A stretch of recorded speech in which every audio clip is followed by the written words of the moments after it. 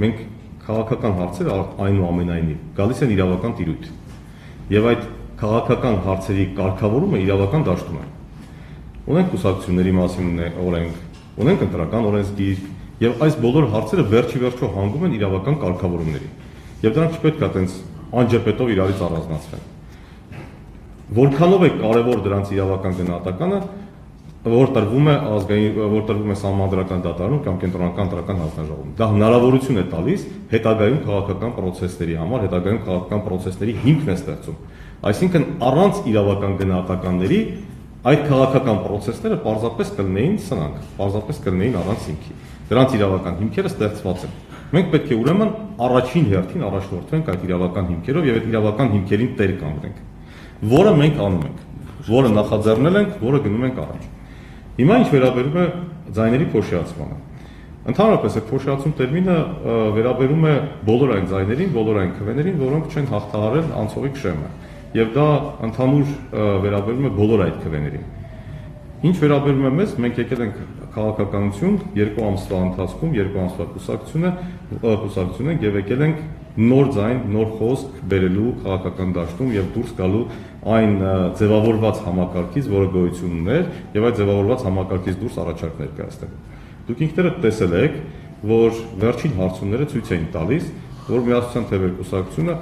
բավական լուրջ հայտ է ներկայացրել եւ հավակնում է բավական լուրջ քվեների։ Եվ մենք էլ ենք առաջնորդվել նաեւ այդ հարցումների տվյալներով, այդ մեր քաղաքացիների հետ շփումներով, տեսել ենք, որ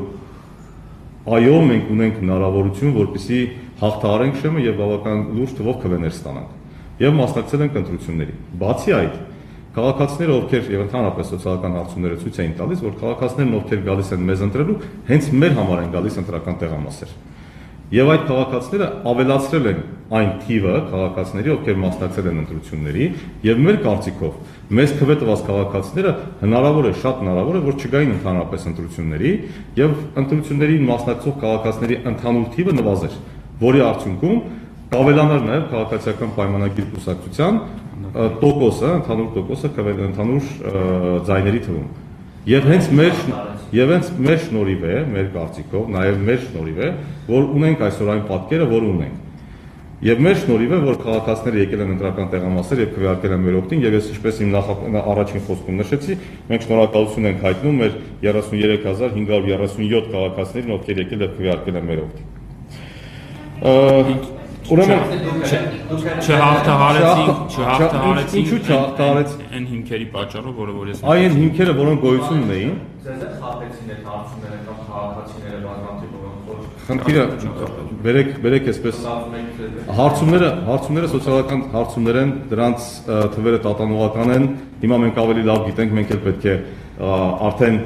ավելի փորձված ենք, կարող ենք դրանք ավելի լավ գնահատել այդ հարցումները եւ տեսանք, որ հարցումների արդյունքները իրականում չէին համապատասխանում իրականությանը եւ դուք եւ մենք տեսանք։ Ինչ վերաբերում է ձեր ասած թվին, որ մենք սկզբում հաղթահարել ենք ինչ-որ թվերի մասին, հա, այդպիսի բան չի եղել, պարոն Անյանն նմանատիպ հայտարարություն չի արել եւ մենք երբեք չենք ունեցել այդպիսի պատրանքներ, որ մենք